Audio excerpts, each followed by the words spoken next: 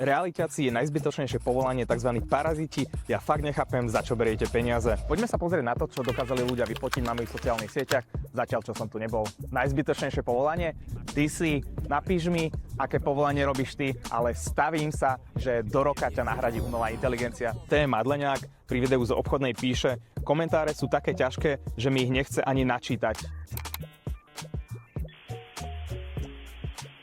A máme tu ďalšiu perličku pri videu z obchodnej. Martina Nonuska píše: ľudia sú hlúpi, ako môže dať za starinu, ktorá je len polepená akože rekonštrukciou. To ste zrekonštruovali celý storočný dom, veď to staré nemá cenu. Ako človek, keď je starý, už ho nikto nechce. Ale prastarý dom, v ňom jedna izba s kuchynkou, 210 000, oh bože, ale sa zneužívame. Blb, čo takým ľuďom dá šancu. Oni si len mastia vrecka a my hlupáci doživotne splácame oplácanú starinu a ten dvor. 40 metrov, plačúci smajlík, ľudia zobudte sa už, veď to už je nadhodnotené, umelo vyhnaná cena. Nebláznite, to vás baví sa zbytočne zadlžovať. Keby všetci stopli takéto premaslené ceny bytov, hneď by sa inak jednalo. Byty dostávané, dávno odkúpené za pás socialistických korún a odrazu stoja milióny. Nedáva logiku. Umelo je všetko vyhnané. Keď si hlúpi, plať.